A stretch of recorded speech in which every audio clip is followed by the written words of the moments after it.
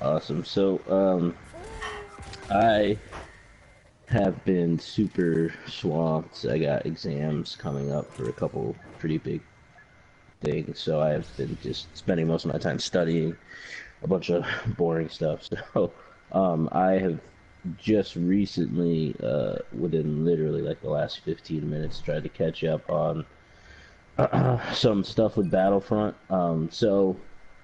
If you guys haven't been paying much attention, like I said, I've just been so busy. I've been one of those people.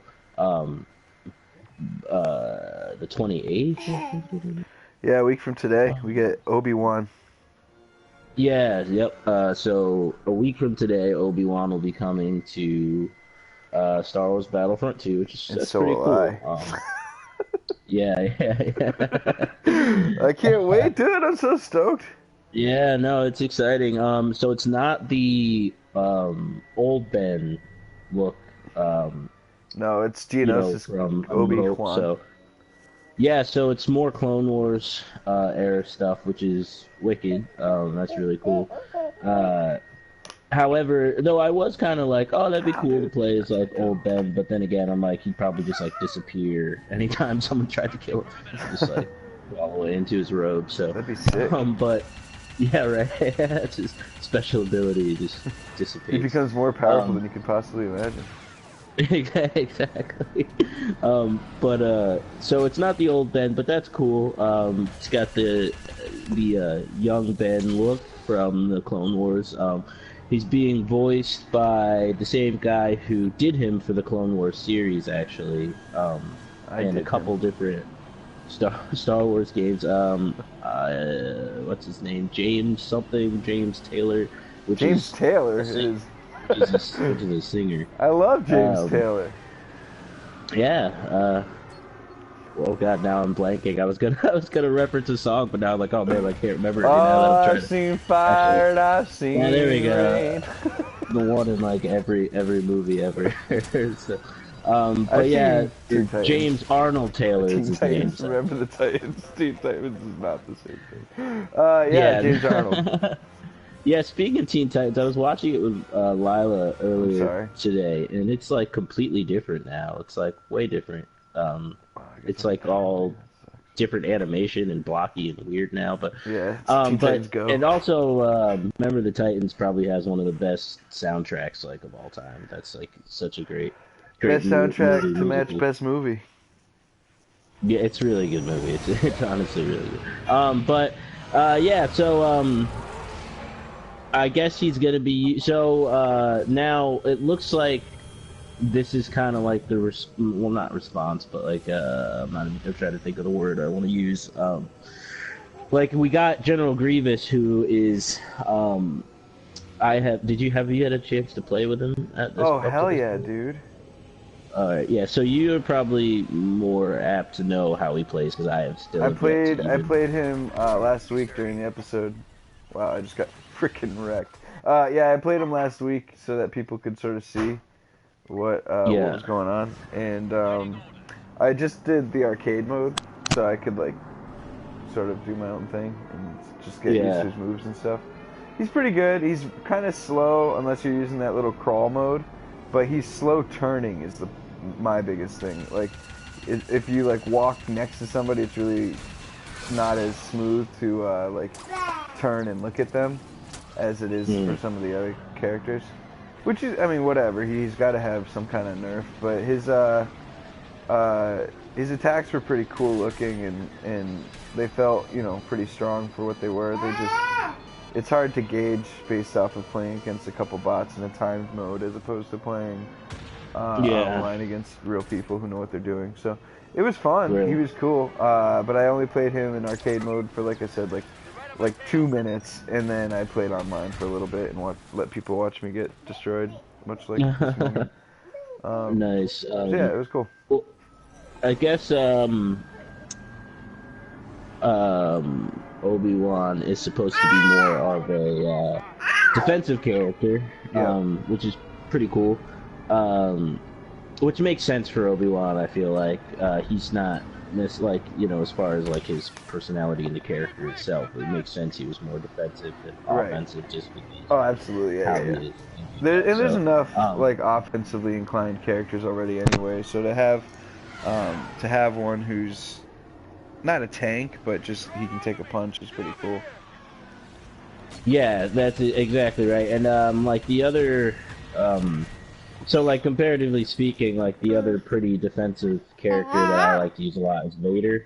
He's like pretty, you Pretty know, chunky. tank heavy. He's got a lot of health pool. Doesn't necessarily move quick or do you know, crazy, you know, acrobatic maneuvers or anything like that. But if you get a bunch of trooper or rebels lined up and you're moving at a, you know, you're using your abilities at a good rate, you can do a decent amount of damage with him. And so it'll Yeah, be it's all about how cool you to use the see powers, I if it's think, like him.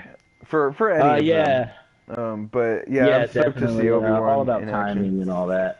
Plus, Geonosis Yeah, looks sick too. The video that they yeah, released yeah. today was really cool. It's on our Facebook page. But the map looks cool. I'm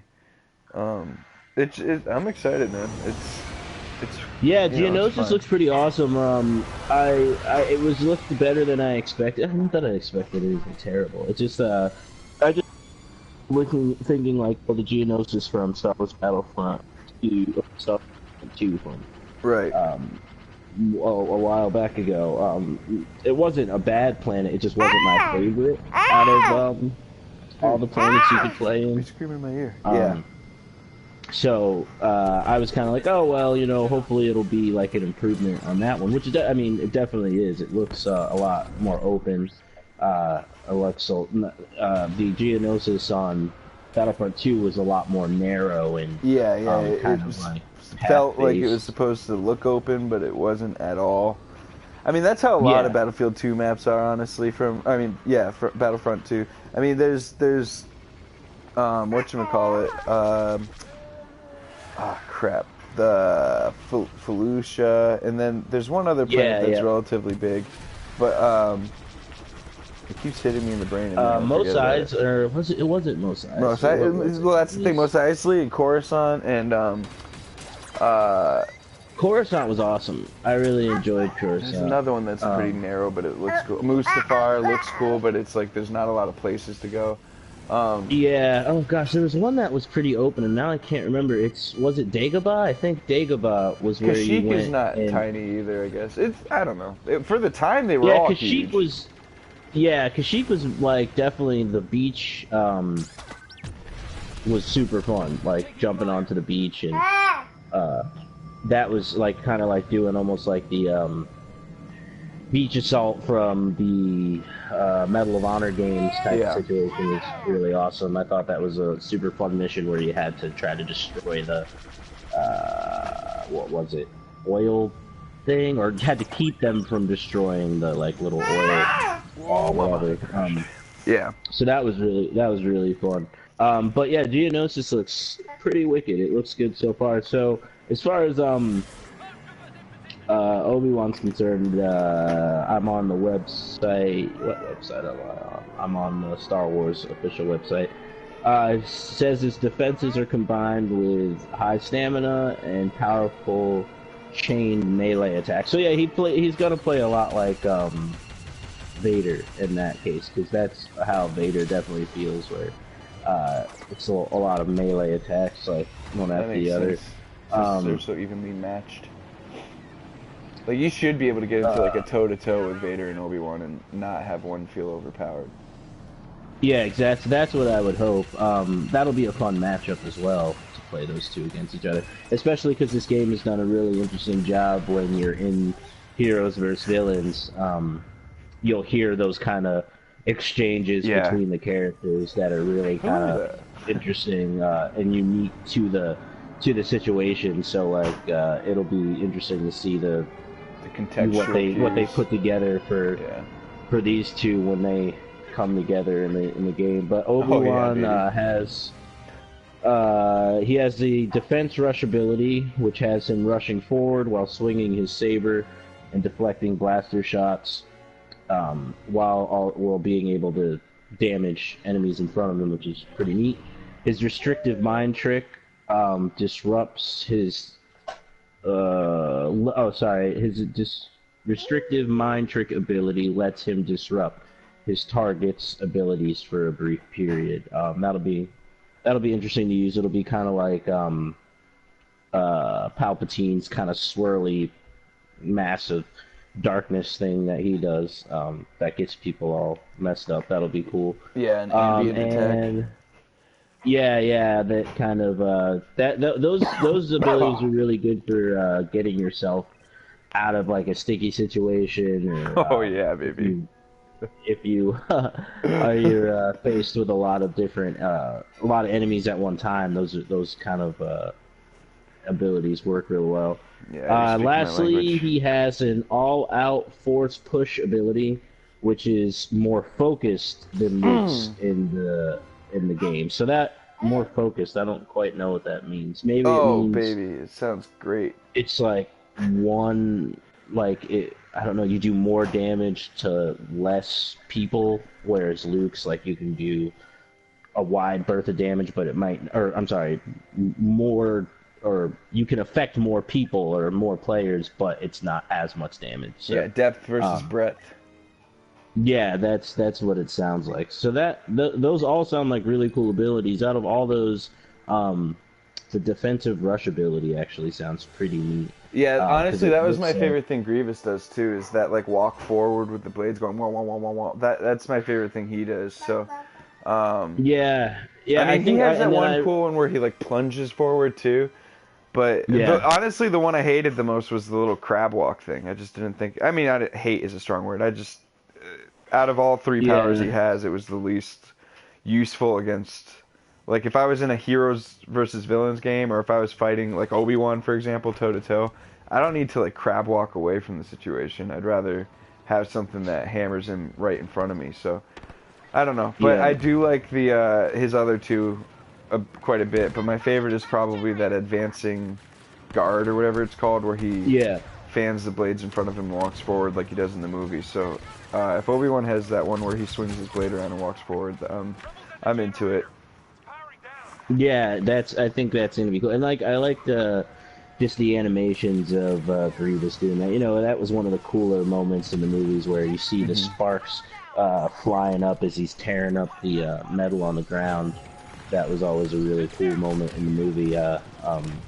That whole scene in the movie is one of my favorites in Star Wars in general. When he drops down and hello there, and hello there. It's just yeah,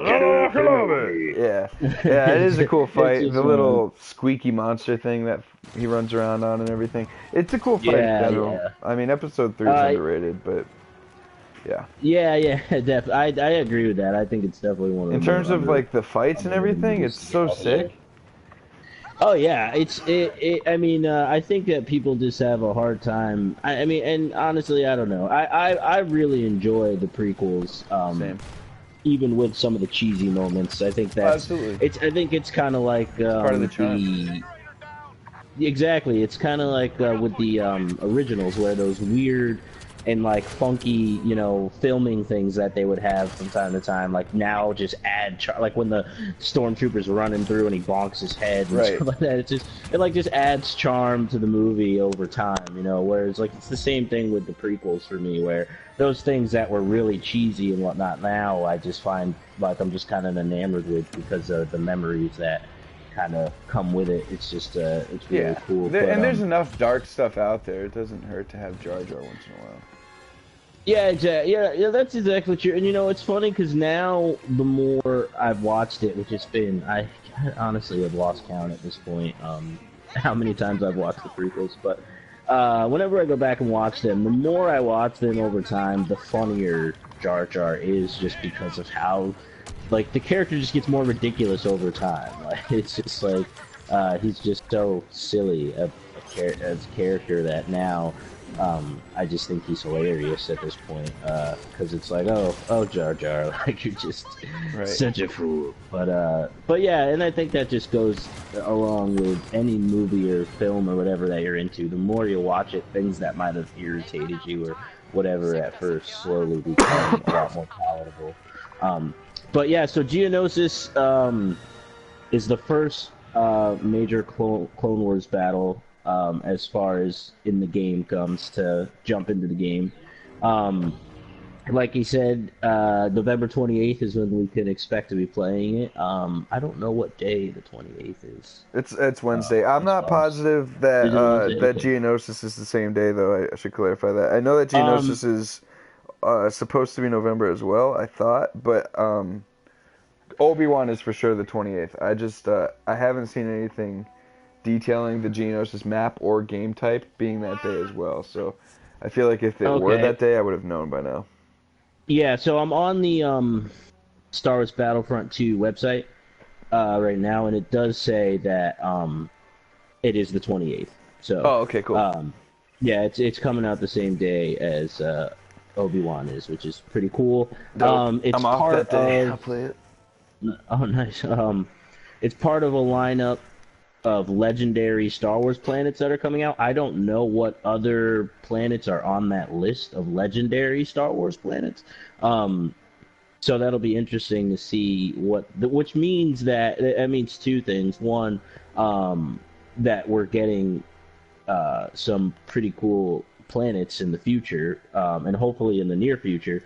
But it also indicates that there is still a solid plan for Star Wars Battlefront 2 as far as content being Yeah, rolled out. honestly, I mean, we've talked about it 100 times. The stuff's already coded and made and written, and game types are already created, and the characters are already modeled, and the planets have been modeled since the game was in development stages. So, I mean, it's stuff that it doesn't hurt them to release, and it doesn't help them not to. So they may as well.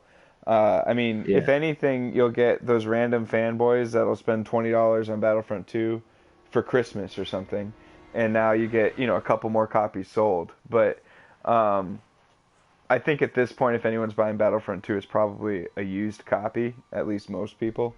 Um, so yeah, we'll see. I'm stoked as well on all the legendary planets. I mean, there's so many that are so cool throughout Star Wars that are just not in either Battlefront game.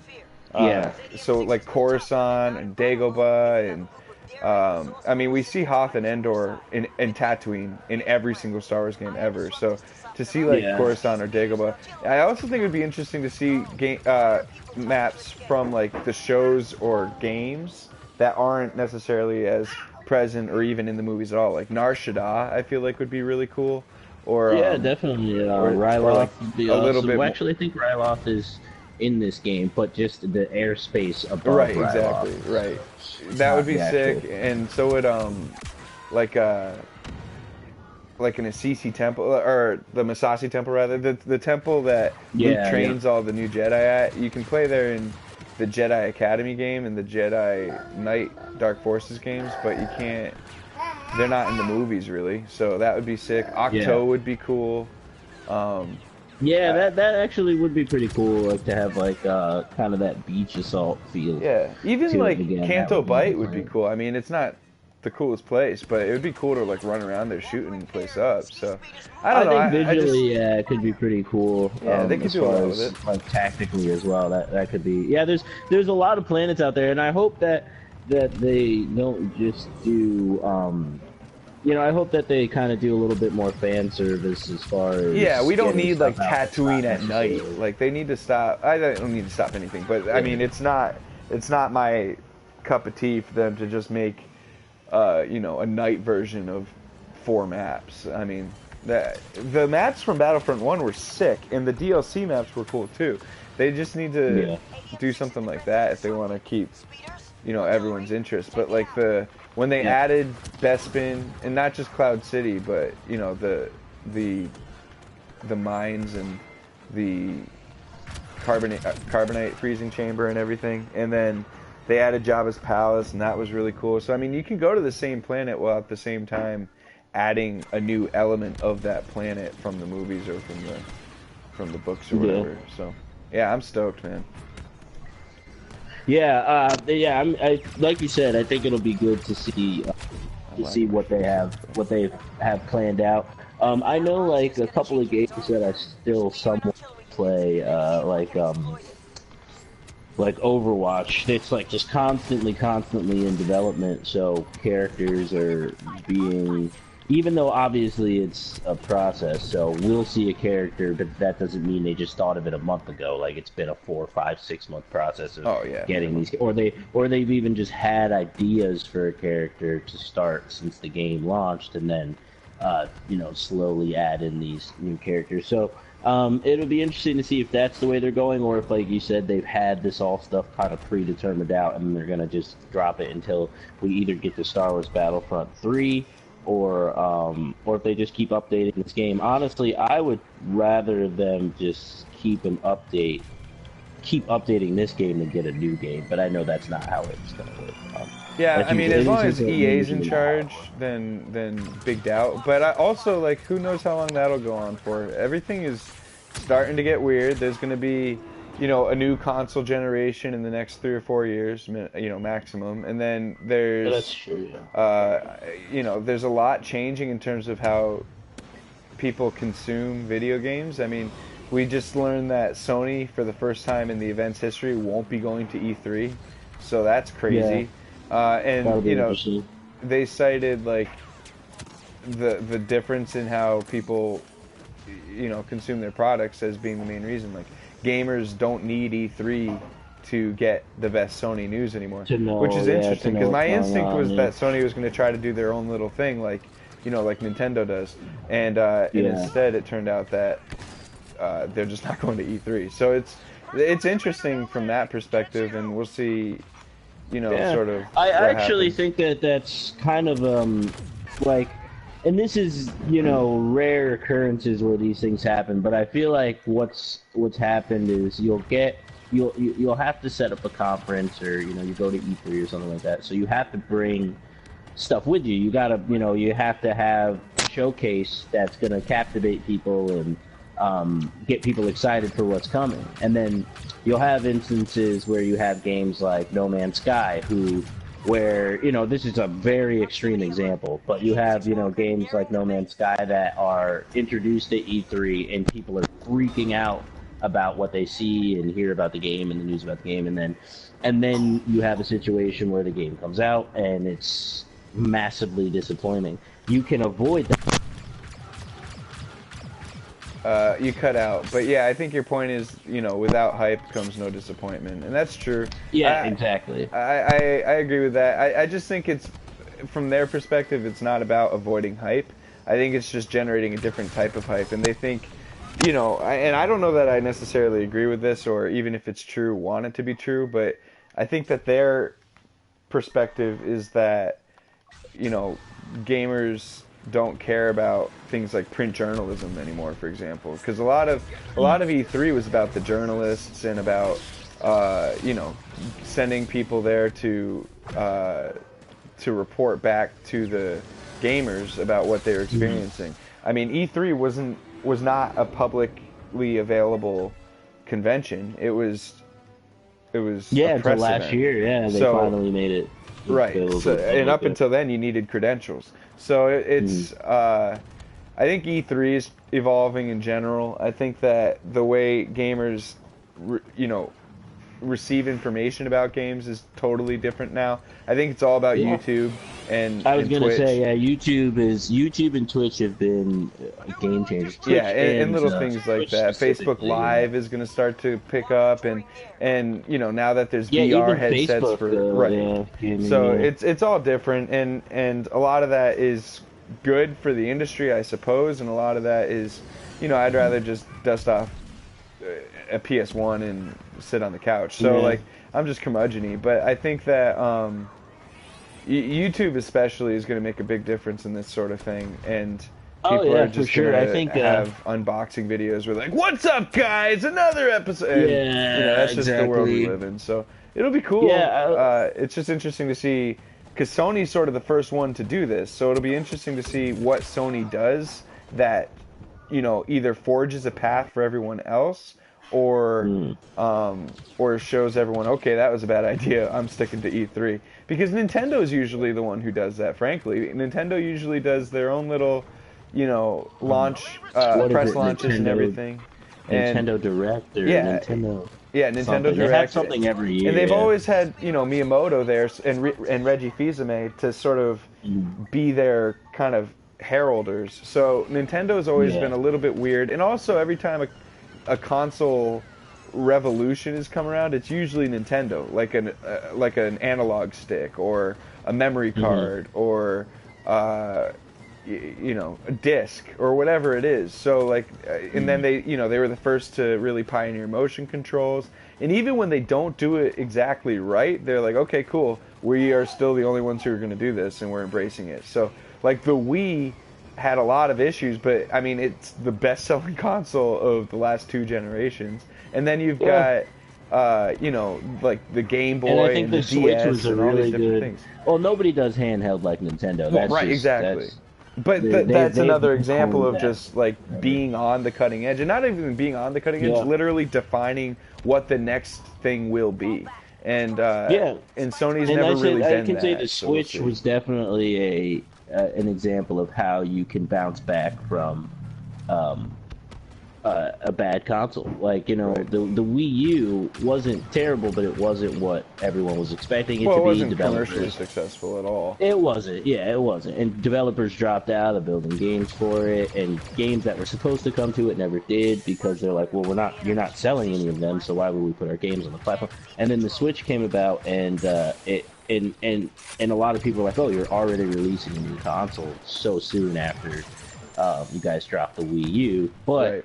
You can see that the Switch is extremely successful now, and a lot of games are being ported to it that people wouldn't necessarily have expected on a Nintendo system to begin with. And they're still doing what they do best, which is reselling games that we've been buying since the 80s.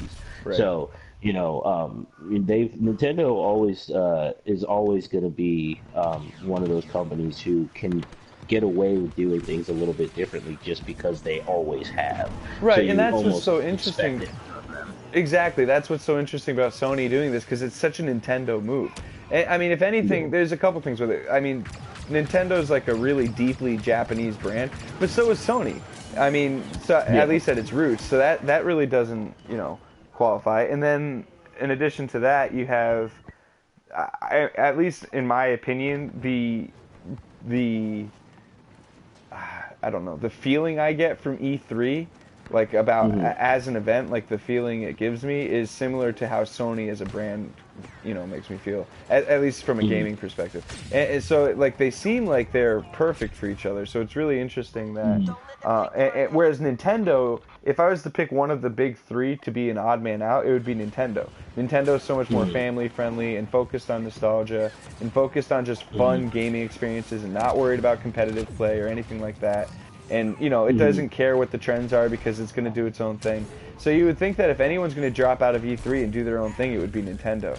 So it's just interesting, and I wonder if it'll bite Sony, or if they're, you know, if they're just putting a pretty picture on an ugly situation. Maybe the truth is that they, you know, can't afford it, or it's not financially viable for them to continue to do E3s, or they don't make enough money as a return on their investment when it comes to E3 or something like that. And maybe they're just spinning it to look like they're sort of doing their own thing, but in reality, it's not that at all. That could be the case, but I really think that... I mean, it could even be something as simple as their exclusive lineup for the next whatever just might not be as awesome as it has been up to this point. Right, and they also might just be keeping it under wraps. They might be, you know, sitting on a PS5 demo or something like that. So yeah, who knows? They might have something crazy. It's just weird because if you thought of the big 3, Nintendo, Microsoft, and Sony, the one who I would think would be the last to drop out of E3 probably would have been Sony if you had asked me. So it's just I always would think that Microsoft, just because of the last console generation, they've had to really like showcase what they can do, because Nintendo Switch and the PS4 have just been so much more dominant as far as getting people's attention when it comes to, like, you know, the only really big thing that Microsoft has really been able to push is, hey, you can play all these old games from, you know, the older Xbox system, and that's been really cool. Like, part of the only reason why I even thought about getting an Xbox One was to play like Left 4 Dead and Right. like games that like I like would kill to play. But other than that, as far as exclusive games go, they really have not had. Like I remember when um, Spider-Man dropped, like I kept seeing all these things like, oh man, I bet you wish you had an Xbox now, and like a bunch of memes of like, why did I buy this thing and things like that, where it's like the exclusives for Sony, and then Nintendo being that system that like Mario Kart's gonna come out. Yeah, I Right. mean, Oh, if you're you're a right. fan, like you Pokemon, gotta Smash grab the Mario Brothers. Kart. Right. Pokemon, Smash Bros is on its way in Right. December. Yeah, it's I can't December remember now. 7th. It's Yeah, 2 weeks from so Friday. So yeah, no, I I totally suck agree. at Smash, but I mean it's one of those games that people are always going to buy the system to play. Like that's Right.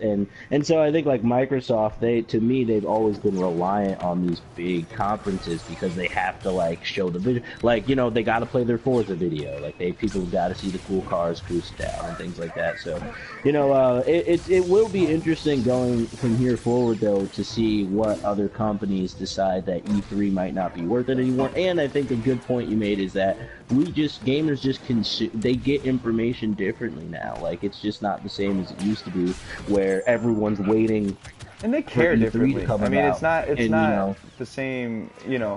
Uh, I don't know. Like, I'm not trying to be curmudgeon about it, but it's not the same like positivity that it was when like games were big when we were in high school and stuff. Like we were just excited to play something, and we were always amazed when something new came out. And now it's like that's just old hat. So people yeah, want and the the industry is so much social different experience now. Yeah, more than the experience exactly. experience. So Yeah. I think that what you said about Microsoft is true now. I think when the Xbox One, PS4, and were coming out, Microsoft was like started off with this huge bang, and the Xbox One was outperforming the PS4, and then the second wave, like it just stopped keeping up, and I don't know what happened, but it's the first Microsoft system in my memory that didn't have like a definitive exclusive game. I mean, it has some Gears and some It Halo still and has stuff, but Halo, but they're it's just not not enough to pull people new. anymore. I You know mean, what I mean? like No. it's not. It doesn't do anything to push the bar And or to push Halo's the game become forward. one of those games that's a lot like a Mario or a whatever, where it's like now it's just never gonna be what it was because Call of Duty, things like that, they've taken over that slot that it was in at one point in time. So Right, Halo, and they're when Halo cross-platform. 1 and Halo 2 came out, exactly. When Halo And 1 and Halo 2 came out, those were like, that was it. You had an Xbox because your friends were going to be playing exactly Halo, right. And ever and you since needed to play Bungie Halo, dropped the so license, it's been different. So now like you have yeah. Microsoft making Halo games, but you have Bungie focused on things like Destiny and whatever. So I Yeah, agree exactly. that now it's Microsoft is just sort of playing keep up, but Microsoft is such a big company without Xbox that it's just weird that they I don't know, even care right now. Like Sony's so huge as well, but PS4 is so successful that it can kind of just watch it go. I would argue that Sony doesn't like put in a ton of effort into making the PS4 fresh or new or whatever. It's just that they get the rights to the exclusives, but that's not them producing them. Like they didn't build Spider-Man or Yeah, yeah. any It's of the just the other console Last of that, Us or God of War or Uncharted or whatever. Those are just yeah. other developers, and so I think that Microsoft is losing its edge this generation. I wonder if they'll even care about next gen or if they'll just build like a VR headset and move on. So it's interesting Mm. because Nintendo's the wild card. Nintendo has never cared, has always done its own thing, and been family friendly and fun, and like it's just it's weird. Even with Wii U, like they never thought of that as a failure. They just thought of it as a learning moment and a stepping stone to the next thing. And now the Switch is what it is. So it's going to be Mm. interesting to see what Nintendo does next and what Sony does next and how they interact without E3 being sort of the hub for both of them. But E3 is, I don't know, man. It's going to be interesting to see if E3 is even still around. Everything could Yeah, just be live that's streamed now. true. Yeah, that's true. It'll be interesting to see where we go as far as these big conferences and if they're as And then now, They could just there launch is stuff the at Comic-Con or yeah. whatever it is. They don't have to Yeah, have and E3. the world is so much more connected now. Like I know the only reason why I was even up on gaming when I was younger is because I got Game Informer. If Oh, it wasn't for absolutely. that, then And the best it's issue of Game just Informer every year was the E3 issue, and was the now it's E3 like issue exactly. you have so many things. And I think at the time too, game like it wasn't niche necessarily, but it was like It's not what it was, what it is now. Like right now gaming it's is like everybody who's under Everyone like when 25 I was games.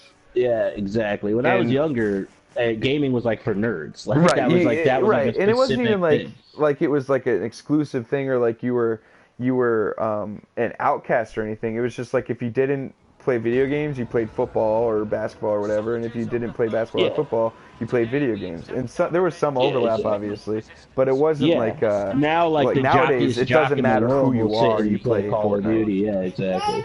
Yeah, and that's the thing too is then at the time when like I said, when I would get news for gaming and stuff like that, I had like very specific sources I would rely on to get my gaming news and Game Informer magazine, like.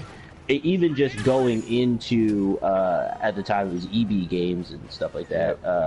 Yep. Going in and talking with the person working there was like a source for me and things like that. But it wasn't nearly as consistent where where now you pop on Facebook, Twitter, Reddit, whatever, and you have specific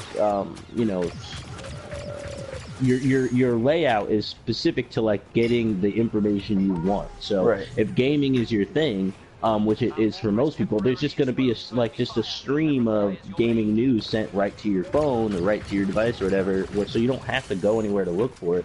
And I think that, and like you said, YouTube and Twitch is changing. Right, things it's so because now social now. Like there's a stigma to not playing games, if anything. Like and it's just it totally shifted.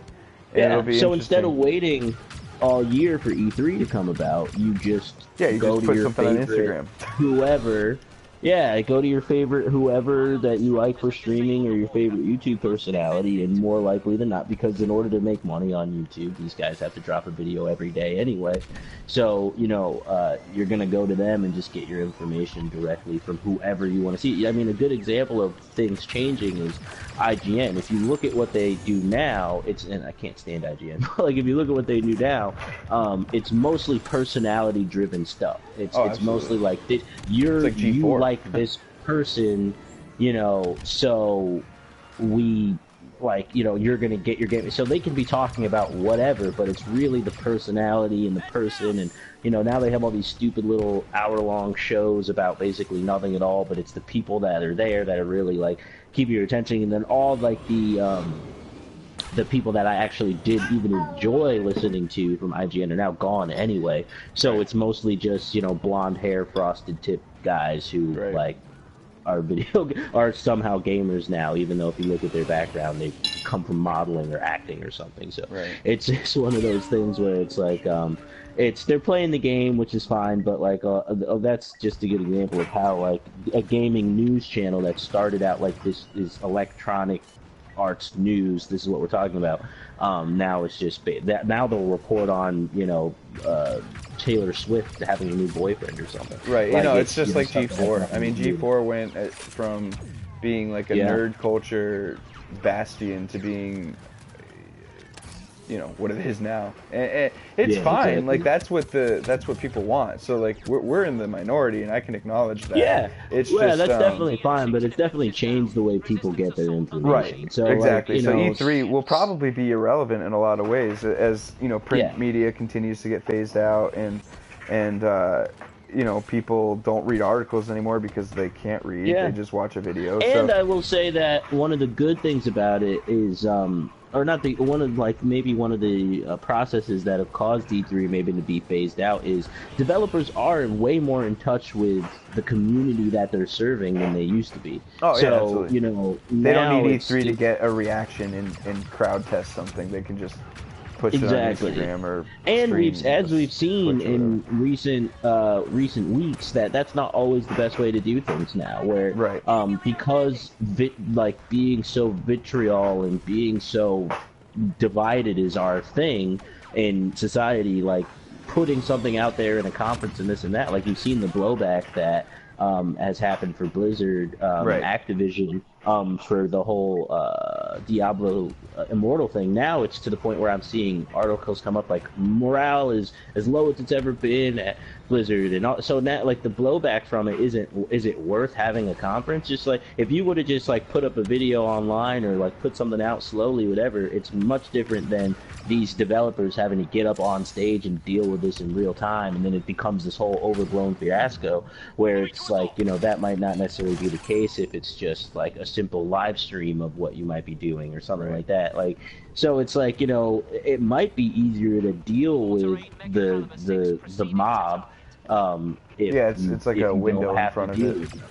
Exactly. It's not as ridiculous, but it's one of those things where it'll be interesting to see in time, because gaming has changed quite a bit from when we were younger. Obviously, I mean, what you expect with anything, but I will say, as far as industries go, it has changed much more rapidly than other industries. It's the change happened so quick. I mean, even just 10 years ago, the landscape of video gaming looks completely different than it is now, where those conferences and things like that were very important and needed to happen, because your layman person or your average gamer just doesn't, you don't really know what's going on, especially because you get so focused into whatever game you're playing.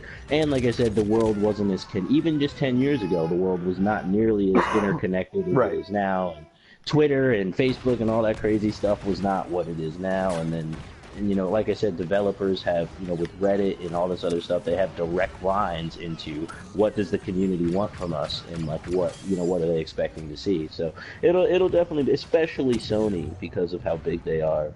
It'll be interesting to see them kind of cut away, and I am interested to see, and my biggest interest is to see what they have planned. What are they going to do? That's what I think too. Like they have to do something to like make an announcement. They're not just going to post it. So I agree with that, because they still want to have the hoopla that comes with, you know, making something like that. So I think that that's my biggest, you know, takeaway from it, is not only how are Microsoft and Nintendo going to react based on how it works out for Sony, but what is Sony actually going to do instead? Because that might, like, the determining factor into whether it's a bad decision or good decision isn't just, you know, the impact of E3 or the lack thereof. It's also, like, they might be making a good decision by leaving E3, but their alternative might be what makes it a bad decision. So that'll be what's interesting to me, is, you know, they might do something that's totally, you know, ground shaking, and that makes leaving E3 a good choice. So then you might see someone like Microsoft follow suit and leave E3 and totally poop the bed because their decision that they used was not the right thing. So it'll just be interesting from those perspectives. But it's just weird because, like I said, for me personally, Sony would have been the last company I would have thought would have done this. If anything, I would have thought the order would have been like Nintendo, Microsoft, Sony, or Microsoft, Nintendo, Sony. Because Microsoft has also been sort of always on the outside looking in, especially since they've never made a mobile console and little things like that. So I don't know. We'll see. It's gonna be cool. In the vein of talking about trailers hitting the internet and not hitting a convention, did you see the Kingdom Hearts trailer that came out yesterday? Oh God, no, I haven't. I'm sure it's awesome though. I'm gonna have to check it out. It's like a cinematic theatrical trailer that they're playing at the movie theaters right now, according to the post that went along with it. So I was like, what are they playing at? And then I remembered that Wreck-It Ralph just came out, so they're probably, I would imagine it probably accompanies Wreck-It Ralph. But that's pretty cool. And then the director of the game wrote, and I'm not gonna even try to remember his name. So he wrote a post to accompany the new trailer, and he said, first, like I said, he said it was a theatrical trailer, hope you enjoy it, and he also said the game is officially done. It's stamped and sealed and out of production. So it is, there's no chance at a delay at this point. It is fully completed. Right, exactly. But it's January 29th.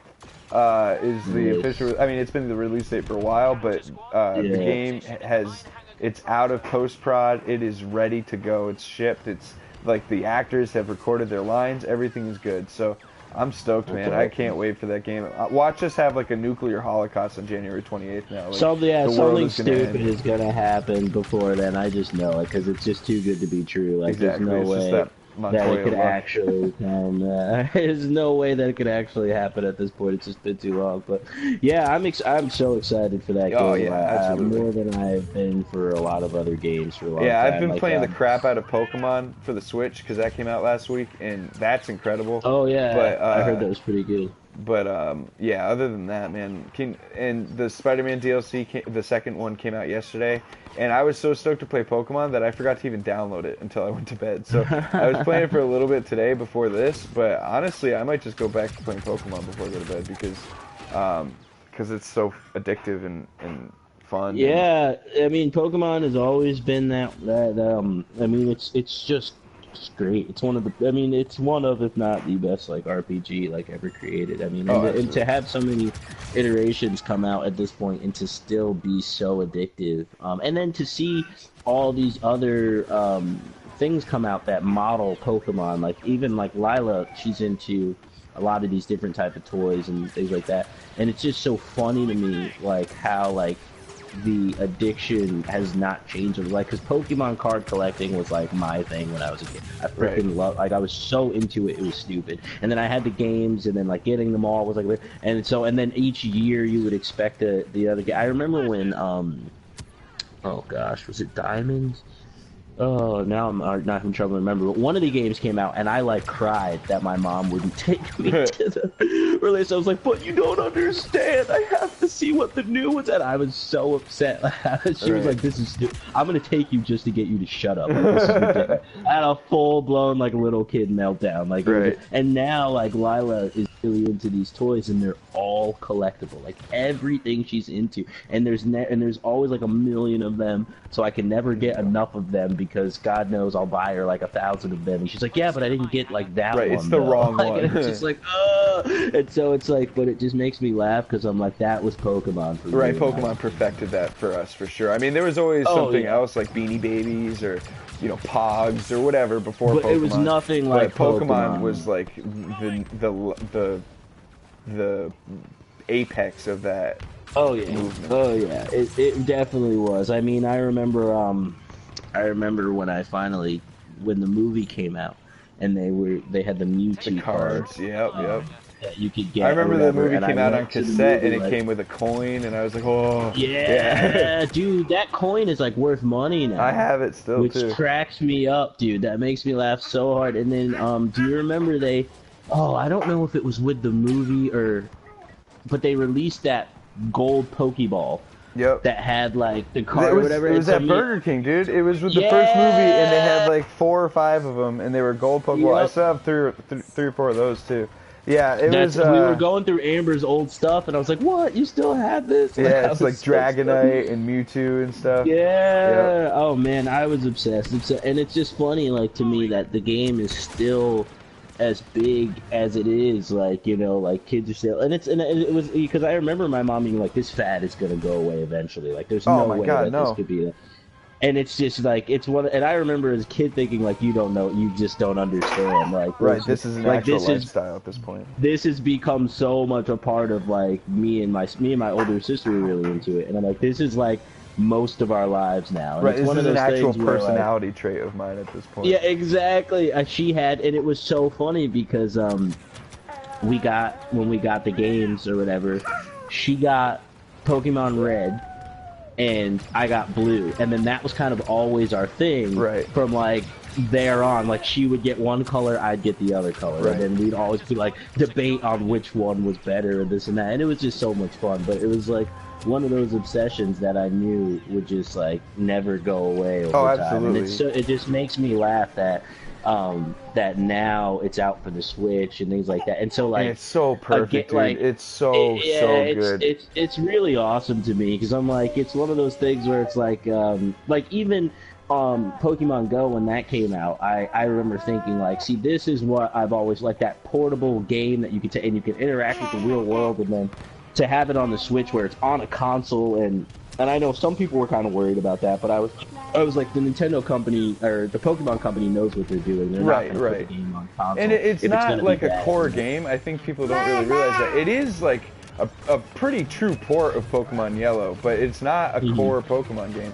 And it takes away a lot of the hardcore RPG like elements that Pokemon has. Like you grind totally differently, and you oh my God, Rivers, and you train and raise your Pokemon totally differently. But the core, like the heart of the game, is still so like they know how to not mess with it, and it's so good. And it's interesting because like I will say that they've never gotten in their own way. That's one thing about the Pokemon company. Right, and there's always been like the questionable like 10 or 15 Pokemon that come out each generation. You're like, really, a set of keys? But still, it's like whatever, man. Like you still get to catch your Bulbasaurs. I saw something not too long ago that was like made a really good point. They were like, no matter what you might think about whatever type of Pokemon, understand that somewhere in the world there is a fan. There is somewhere in the world where somebody has Klefki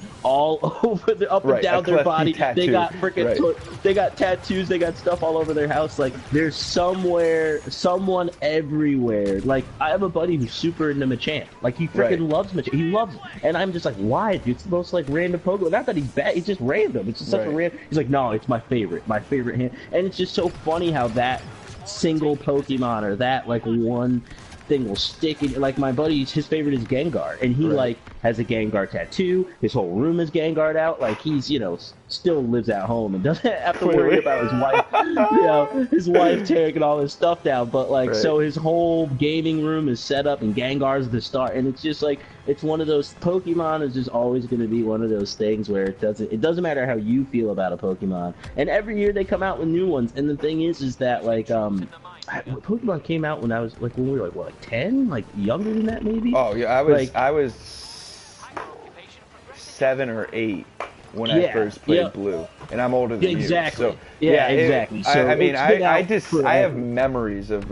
I mean, everyone does. Everyone who that's the thing about Pokemon is like everybody who does play it has really distinct, specific memories that don't leave them, and it's interesting because it's not like some kind of broad, like, oh yeah, I remember the nostalgia feeling of playing Pokemon. It's like a specific, like, I remember what the flashlight tasted like in my mouth as I was like under the covers trying to keep the game on, because a warm light killed your batteries too quickly. I'll never forget, so, like my 2 biggest Pokemon memories were in the back seat, before we got the Nintendo the Game Boy, was it SP that had the backlight? Yeah. Exactly. Before that, you would have to wait until the street light would pass, and you're like, press A with every street light. Yeah, it takes you like 6 hours to beat one thing. Timing the light so we could get it right. And then the other one was in California. My dad, the movie theater was literally right down the street from the house. In the summers, during a specific time of day, they would have matinee. They would have like discounted, like it was like $5 or something like that, to like catch the matinee. And so when the Pokemon movie came out, a friend of mine who lived there, I think I saw the movie a total of 6, because my dad would give me little chores around the house to get allowance, and it was always like a $5. He would always throw me a $5 bill.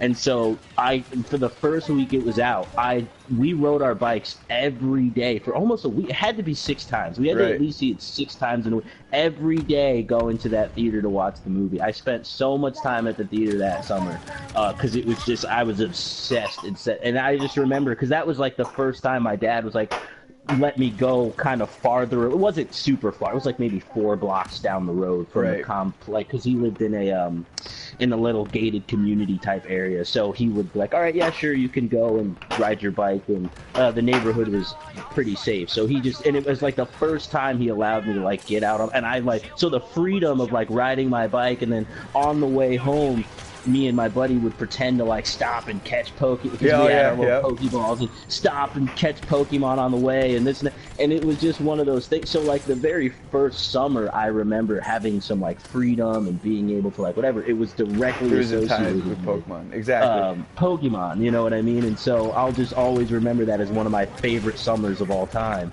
because that was like, it was like, oh, I got to see Pokemon a million times. My dad let me ride my bike all over town, even though it was Right. not that far. You know, and Yeah, no, it was just super fun, you know? it's like, I mean, you said the thing about the different versions. I remember getting a Game Boy Color. I got the teal Game Boy Color for Christmas, and I got Pokemon Gold, and I was so stoked. And then I used to, like, we used to call each other, like, you'd call your friends and compare what you got and stuff, and I'd call on a house phone too.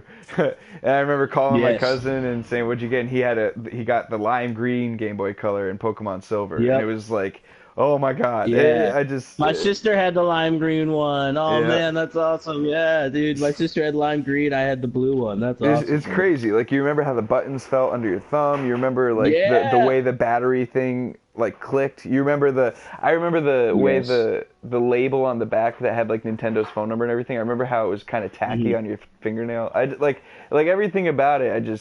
I remember reading the manual cover to cover. It's Yes, that's so funny. I did the same thing. That's so funny. I read the same thing. And then my favorite thing was obviously, and this goes for like any console that you get, like PlayStation always sticks in my mind, and then Game Boy.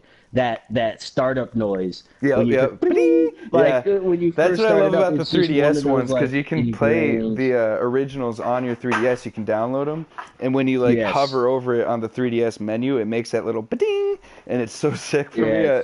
It's like Sega when you play Sonic. It's the same sort of feeling. Yes, But yeah, those type of noises will just always be with you like forever. the like little Awesome. sparkles at the end of the PlayStation noise. Yeah, for sure. Yes. So good. And then or the way even the Star Wars starts, like the 20th Century Fox, like dun dun dun dun dun, dun, and then the way the crawl starts and the blare of the music, it's just there's no beat in it.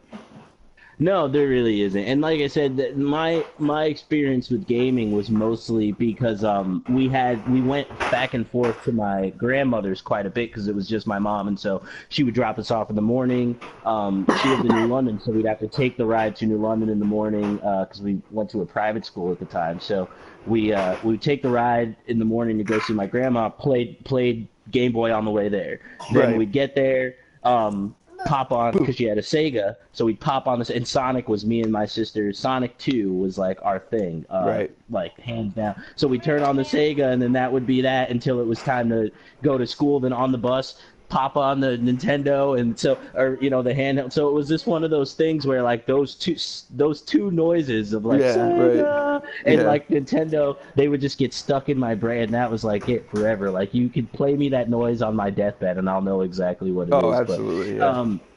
But yeah, guys, thanks for joining us again. It's about 9 o'clock. I have to get back to studying, unfortunately, because I don't want to fail these tests. So I have to get back to it. But thanks for joining us. Like we said, November 28th is going to be the new content coming out for Geonosis. And that's a Talking Sith Day anyway, so I think that I'll probably do like a daytime stream, and then obviously the episode later in the day. And Jared had mentioned something about playing it, so I don't know what's going on with him. I thought maybe he'd be off today because of the holiday, so I asked him if he'd be joining us, but he's busy. So, but maybe next week he'll be with us, which would be pretty cool. I don't want to get my hopes up. Yeah, but that would be cool. Awesome. It's been a while. It's been a while since he's been on. So I know he's been playing Battlefront in secret. Like he didn't tell me, so we could play together. But I think he's playing on an Xbox. But yeah, no, I'll definitely try to get him to join up with us next time.